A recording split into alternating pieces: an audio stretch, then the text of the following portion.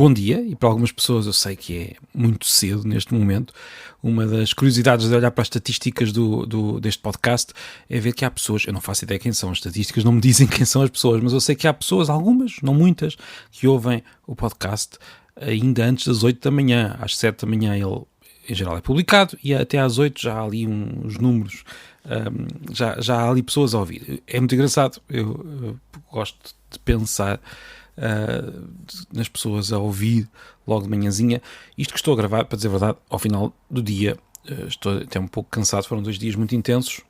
Ontem tive uma experiência curiosa, estive a gravar, estive a ser filmado para um documentário, uma entrevista. É um documentário sobre palavras supostamente intraduzíveis. Quem conhece o que eu vou escrevendo e dizendo em alguns sítios sabe que eu não considero que haja palavras realmente intraduzíveis, ou melhor, se calhar todas as palavras são ligeiramente intraduzíveis. É uma discussão muito curiosa, foi uma conversa muito interessante. Foi com o André Carvalho, que é um músico que tem dois discos, será que posso ainda chamar de discos? 2 CDs, não sei, mas tem 2 trabalhos chamados Lost in Translation, o 1 e o 2, e ele está agora a fazer um documentário com Pedro Caldeira sobre o tema das palavras intraduzíveis. Tive a experiência que até hoje não tinha tido, ter um daqueles microfones. Deve haver um nome técnico para isto, mas eu não sei qual é um daqueles microfones que estão pendurados em cima de nós a gravar o que estamos a dizer. Foi uma entrevista no Dramático, um café na Rua da Alegria. Tive de representar um pouco, porque o café está fechado, o dono está de férias, é amigo do André, e não podíamos propriamente usar as máquinas do café. E, no entanto, por causa da conversa que tinha que ver com café, lá no meio, acabei por ter de fingir que tinha um café à frente e que estava quase que a beber o café. Quando o documentário sair, eu depois dou notícias. Fiquei muito curioso por ver o resultado final. Nestes últimos 2 dias tenho também estado a participar numa conferência interna de um grupo de investigação a que estou associado, onde também falamos muito sobre a traduzibilidade ou a intraduzibilidade, não tanto das palavras, mas dos vários mundos ou culturas que estão para lá das línguas, por exemplo, entre a ciência e a literatura. E também por isso eu lembrei-me de algo que já falei esta semana. É um aspecto muito particular desta relação entre literatura e ciência. Lembrei-me dos Maias, do Eça de Queiroz, de um dos nossos grandes clássicos, e lembrei-me como há ali palavras que são palavras da ciência. Curiosamente, encontra-se muita não, mas encontra-se alguma ciência nos Maias, e temos ali palavras que não são propriamente intraduzíveis, mas são palavras que parecem muito fáceis de traduzir, mas na verdade não são aquilo que parecem. E eu vou explicar o que eu quero dizer com isto. Todas as pessoas que leram os Maias lembram-se certamente do átomo do Ega, daquele projeto que ele tinha de criar um livro chamado As Memórias de um Átomo. Eu vou até, se não se importarem, ler uma parte dos Maias em que ele fala disto. Devia ser uma epopeia em prosa, como ele dizia, dando, sob episódios simbólicos, a história das grandes fases do universo e da humanidade. Intitulava-se Memórias de um Átomo e tinha a forma de uma autobiografia. Este átomo, o átomo do Ega, como se lhe chamava a sério em Coimbra, aparecia no primeiro capítulo, rolando ainda no vago das nebulosas primitivas. Fim de citação. Bem, eu trago isto aqui porque acho este pedaço dos Maias muito curioso. Isto antecipa aquelas histórias universais que, quer dizer, já na altura existia esta tendência para querer contar tudo de uma determinada perspectiva. Ainda hoje, na tal reunião de que estava a falar, falámos do Sapiens, do Harari, um livro que também tenta contar toda a história da humanidade de uma só vez. Há esta nossa vontade de contar tudo, que o Ega, ou melhor, o Essa, de certa forma antecipa, satiriza o que nós quisermos. Mas isto para dizer o quê? O átomo, esta palavra átomo, parece-nos bastante óbvia. Quer dizer, isto é o átomo que todos nós aprendemos na escola. E, no entanto, não é bem, porque nesta altura, os Maias foram publicados em 1888, já sabíamos, ou já rondava pela mente das pessoas interessadas nestas questões, já rondava esta ideia de que tudo era feito de átomos. É verdade que a palavra vinha da Grécia, mas só no início do século XIX é que se começou a dizer que toda a matéria era feita de átomos. A ideia vem de John Dalton, o químico, que também nos deu o nome da doença do daltonismo. Foi ele que introduziu na ciência moderna a ideia do átomo, mas pensava ele, e pensava Hegel, que o átomo era indivisível, e por isso é que foi escolher precisamente esta palavra grega antiga, que quer dizer não divisível, como já tinha havido alguns pensadores gregos a afirmar. Hoje nós sabemos que o átomo é divisível, que se divide. E sabemos isso muito bem, é um facto inscrito na história do século XX. Portanto, quando nós lemos aqui este átomo, não é exatamente o mesmo átomo que nós temos na cabeça.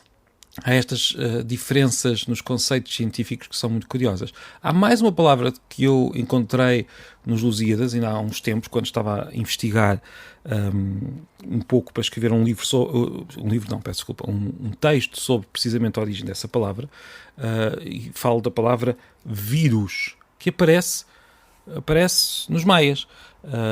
Aparece, por exemplo, não, aparece só esta vez, neste extrato. Os colegas diziam que o Maia, rico, inteligente, ávido de inovações, de modernismos, fazia sobre os doentes experiências fatais. Tinha-se troçado muito a sua ideia, apresentada na Gazeta Médica, a prevenção das epidemias pela inoculação dos vírus. Consideravam-no um fantasista. Temos aqui, antes de ser possível sequer falar disso, já algum ceticismo perante as vacinas. A inoculação dos vírus foi o início das vacinas.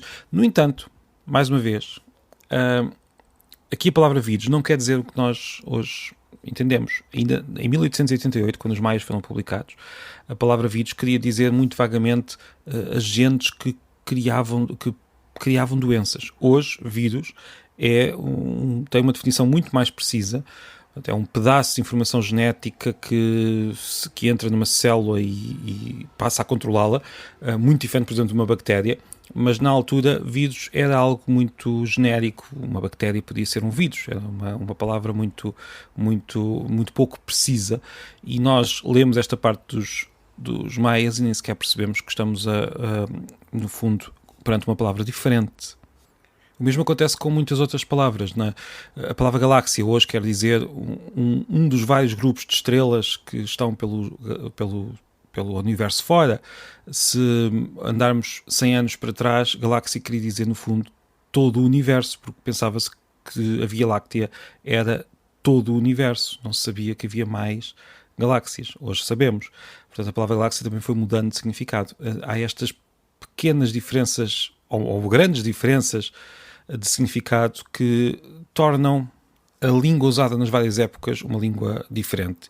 Mesmo nestes termos científicos, técnicos, que também vão mudando ao longo do tempo. Eu às vezes penso também que se nós, no presente, olhamos para o passado e sentimos esta diferença, ou melhor, podemos descobrir esta diferença se escavarmos um pouco, pior seria ainda ao contrário. Se o essa hoje aparecesse aqui ao nosso lado, o que é que pensaria das palavras que nós utilizamos?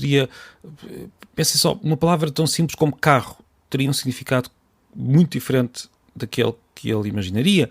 Uma palavra como autoestrada, como é que ele iria interpretar uma palavra destas?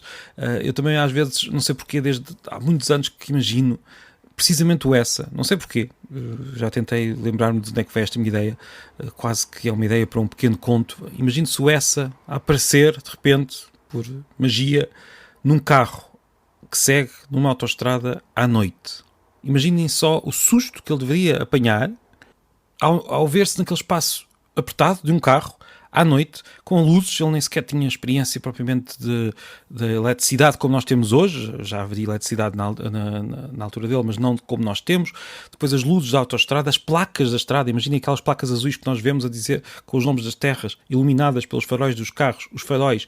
E, acima de tudo, a velocidade. A velocidade seria completamente inconcebível para alguém que tivesse aparecido hoje, vindo do século XIX. E depois também as palavras. As palavras que nós usamos seriam muito diferentes e seria um grande choque.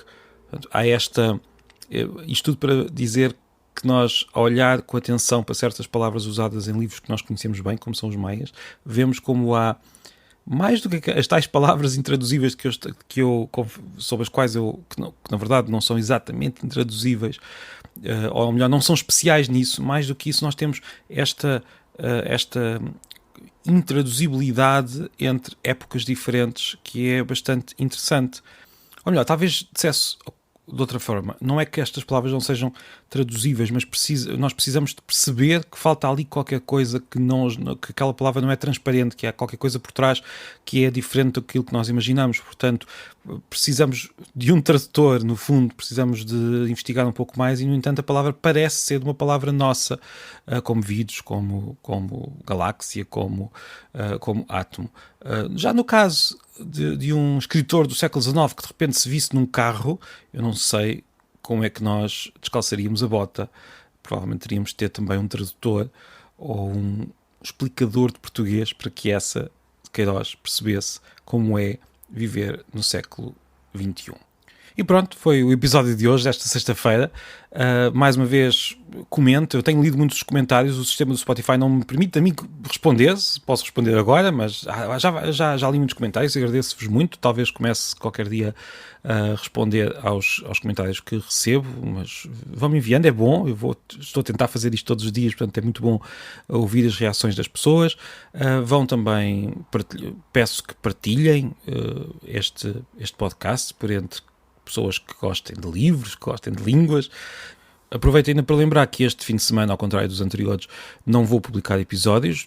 Vou tentar manter este ritmo de um episódio por dia, mas apenas nos dias úteis, também para ter algum tempo para pensar nos episódios, também para descansar um pouco. E por isso resta-me dizer bom fim de semana.